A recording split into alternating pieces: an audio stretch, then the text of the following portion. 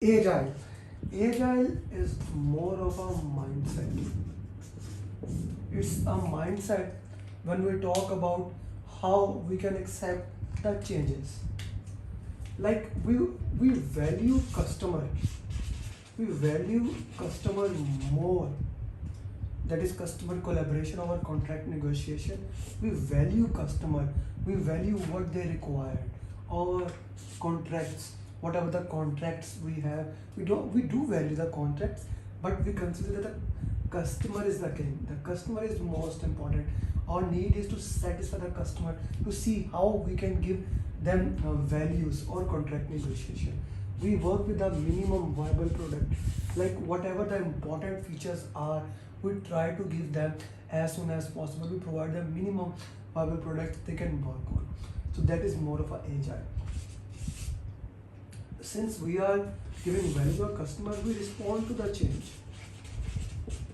If they have a change, we respond to the change as compared to following a plan.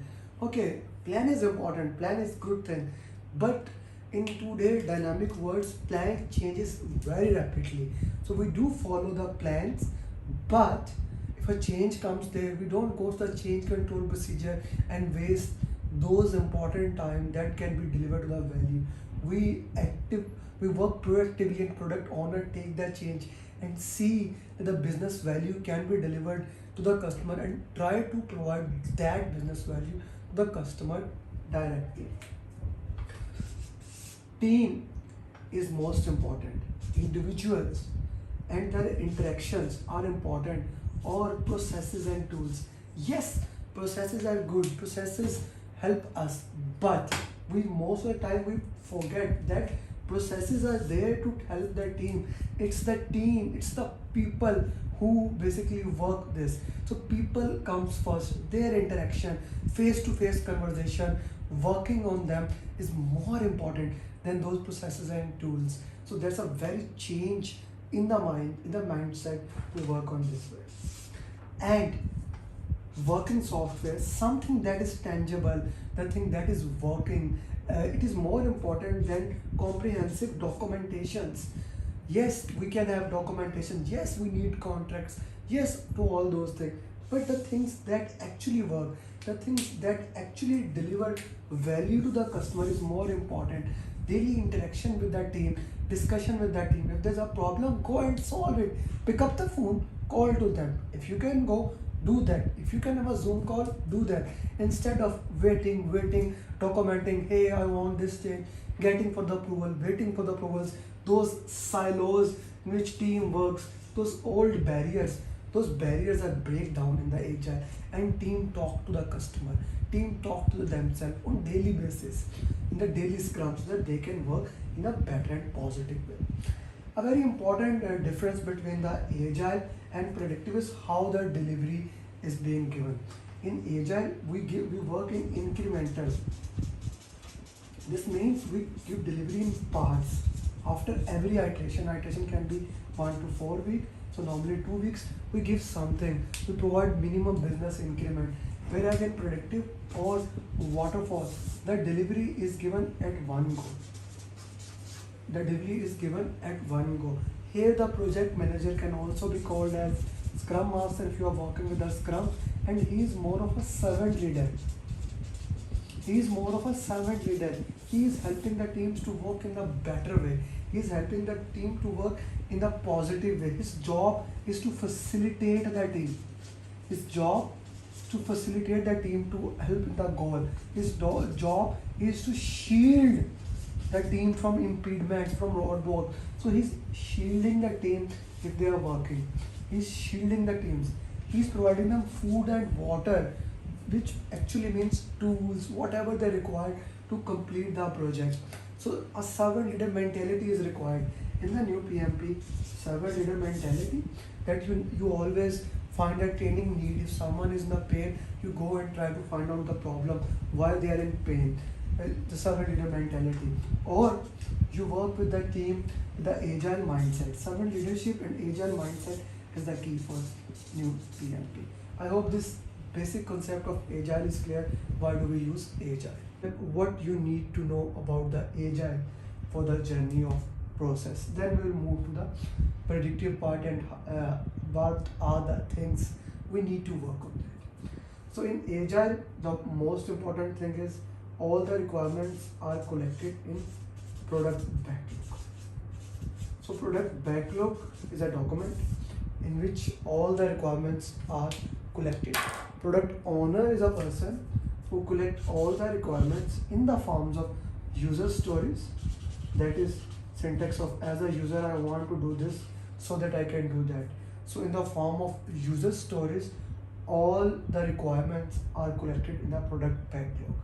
Once all the requirements are collected in the product backlog, let's say these are the user stories A, B, C, D, E. The product owner goes back to the stakeholders and prioritize these user stories. They may use techniques like Moscow, what are the must requirement, should requirement, could requirement, would likely to requirement, 100 points. Like they will give each stakeholders 100 points, and at the end they will calculate which user stories have more points, and that story will become the number one priority.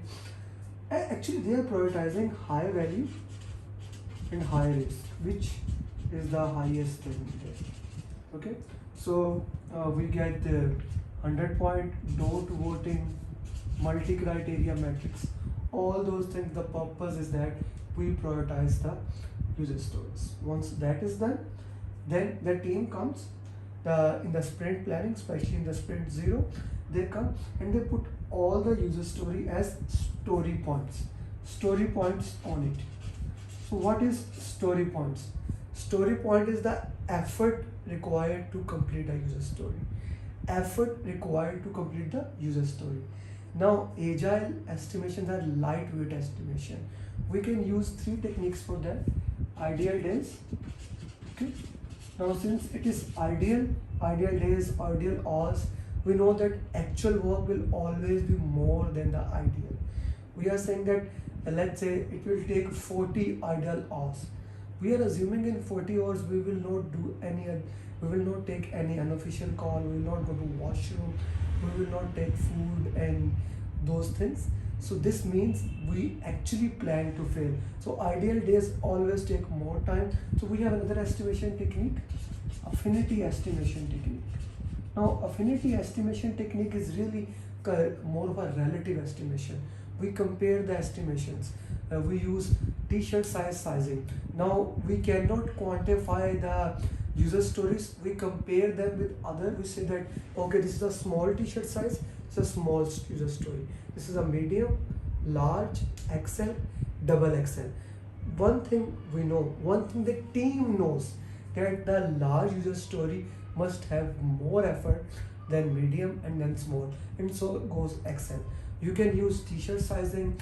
In US they use dog size.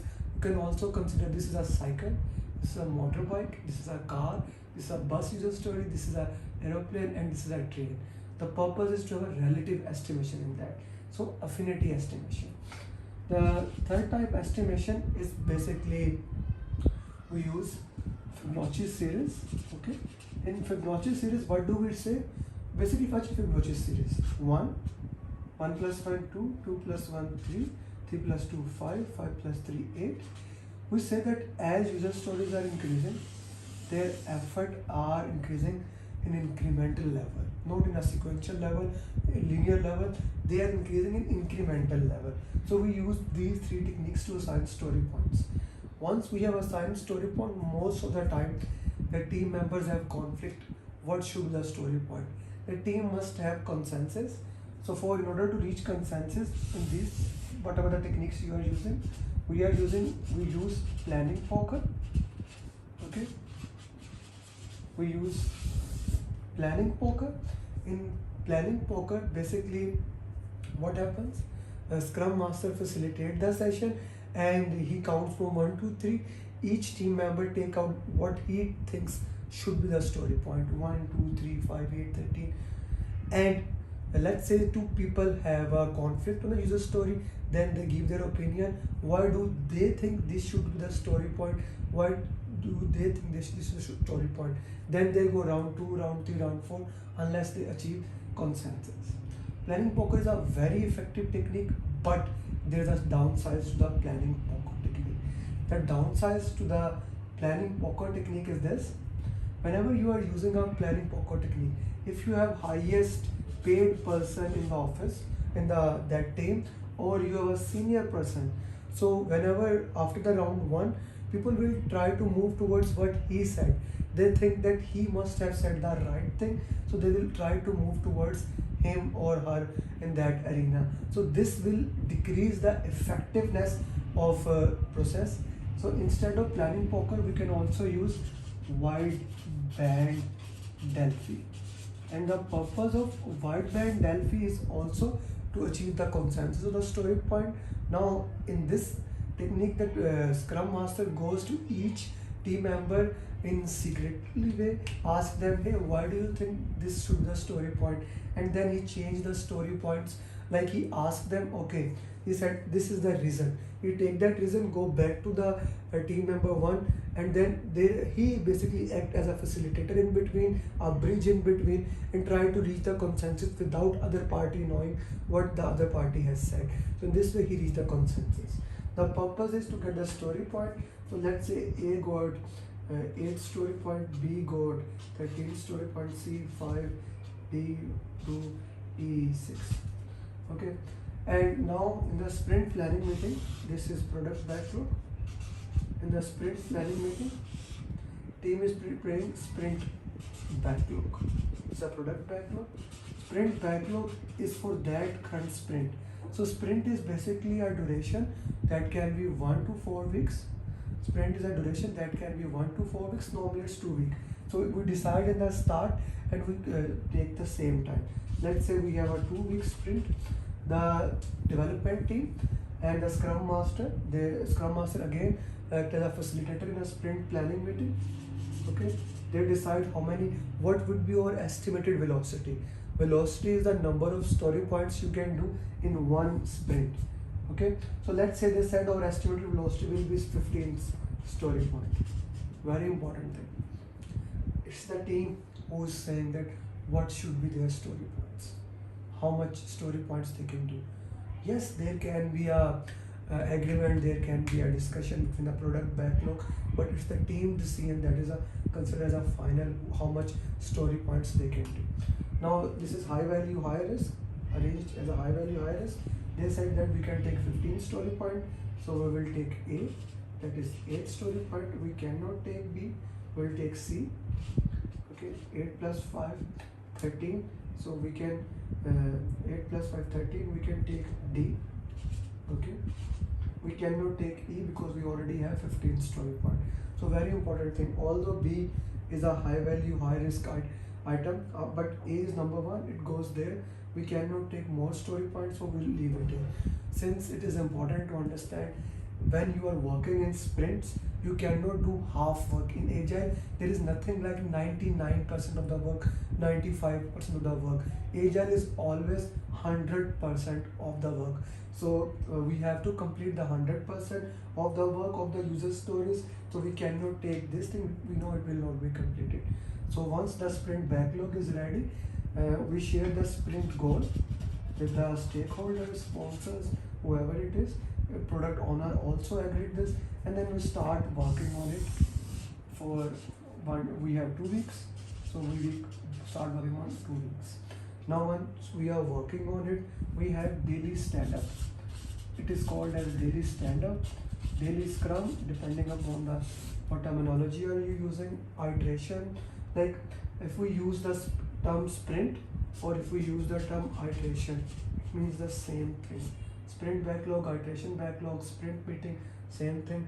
Daily stand-up, daily scrum. We have Scrum Master here, we have team here. They are the person who must be there. If the product owner wants to come, he can come. This is a meeting for the team, by the team. You can also consider this more of a status meeting. We have 3 questions here, very important 3 questions. What have you done yesterday? Okay, what we did yesterday, what we are going to do today.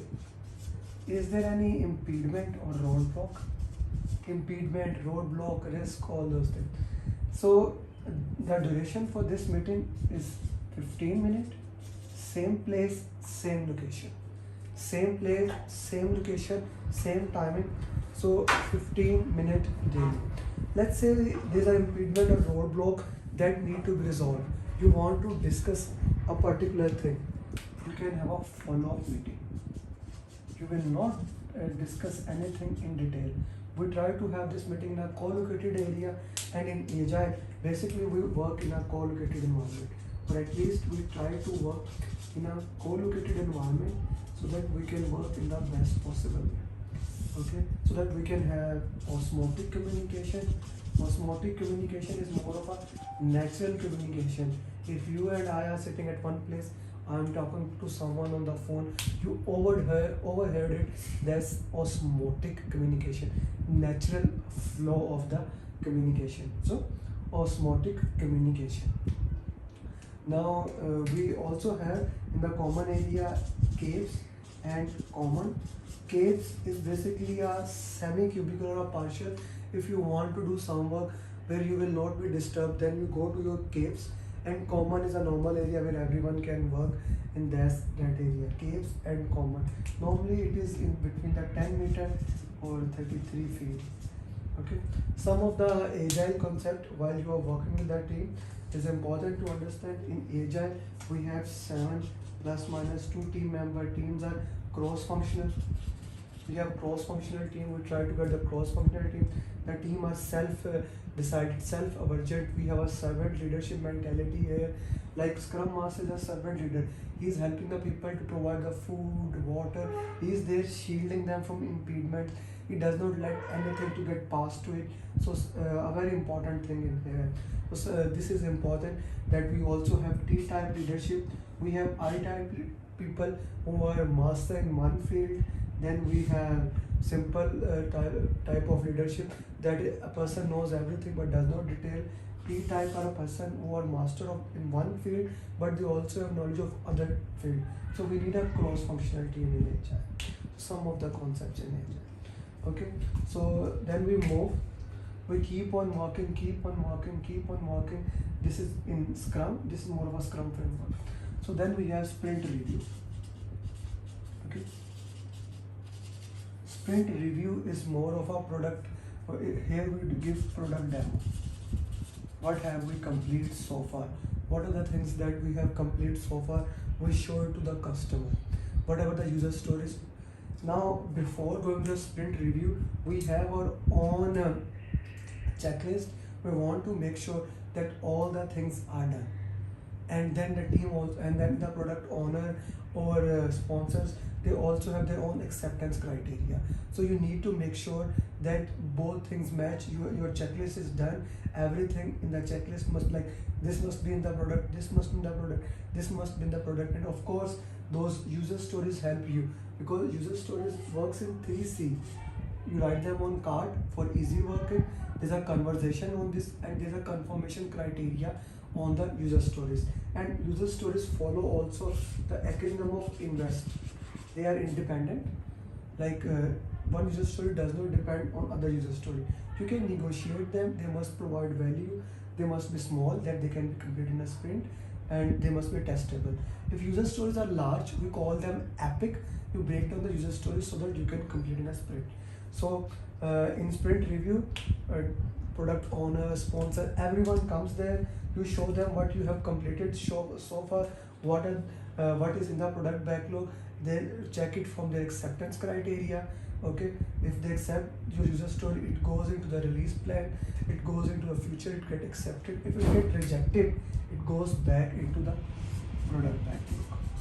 If a user story is rejected or if a user story is not completed, it goes back into the product backlog. So very, very important thing. User story is rejected or it is not completed 99%, it goes back to the product backlog. If the customer wants to add new requirement into it, the customer can add new requirement at this step. At this step, they can add new requirement, and we have a product backlog increment. We basically do refinement of product backlog, that is called grooming of product backlog. What is grooming of product backlog? At the sprint review, Even after the first sprint review, we basically review the product again, we re-prioritize the product backlog.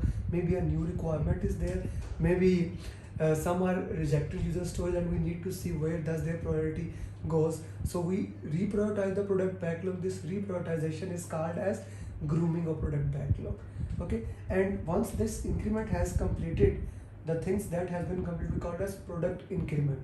We got product backlog, sprint backlog, and third document as product increment. Increment in the products one by one. Okay, and then we work. Then once this is done, then the team sit together to do sprint retrospective. Sprint retrospective is a lesson learned workshop. Sprint retrospective is more of a lesson learned workshop. In the sprint retrospective, we work, we see what have we done. We try to get improvements. We do the root cause analysis, and we suggest what are the improvements that can be implemented in the next sprint. It has 5 stages. Set the stage. You set the stage. Okay, here the team is setting stage. What can be expected? How long is going to be? What is expected of this retrospective? Then we gather data. We gather the data around the entire sprint so that we can do the root cause analysis. And then third, we generate insights. That is, we do the root cause analysis. In the fourth step, we decide what to do. We decide 1 or 2 improvements, like it has a format, what we should do more of, what we should do less of, what we should start doing, what should we do stop doing. And then finally we close the retrospective. We thank everyone and all, and everyone goes back to their work. So this is the framework of the Scrum. If you can look at this, from product backlog, sprint backlog, then daily stand-up, 3 questions, sprint review, sprint retrospective. If you know this thing, you know Scrum, and you know Scrum is a lightweight. Daily stand-up, the purpose of daily stand-up is to inspect and adopt, and is one of the fundamentals of Scrum to transparency, inspection, adoption. This is the very important part for the PMP, especially for the Agile portion. It was journey of Agile that we clarified in detail. So this was journey of Agile. I hope you have enjoyed it. And if you have not subscribed to our channel, do subscribe it. Click that like icon, that button icon, and share it with your friends who are preparing for PMP exam. Our commitment to PMP is going to explode on LinkedIn, YouTube, and all those material. You see, we want you to become certified PMP, and if this material helps and you become certified, great. And if you want to join our program, we have one-to-one program that is customized according to your requirement, or you can join our batch program that starts every month. We have one batch program in 1 month. Contact us on the numbers given in the description to which program suits you. Thank you very much. Stay blessed.